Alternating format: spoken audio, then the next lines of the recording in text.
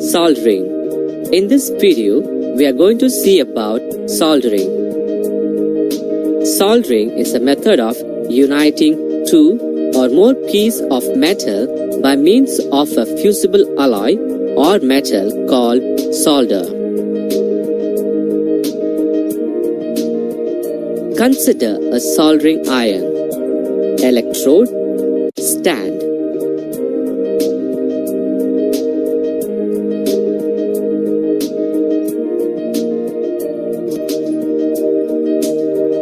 Soldering is mostly required wherever electronic components need to be connected to circuit boards.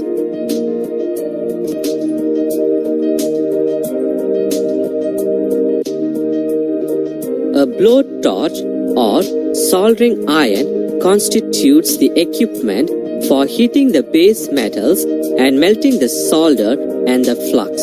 It is applied in the molten state.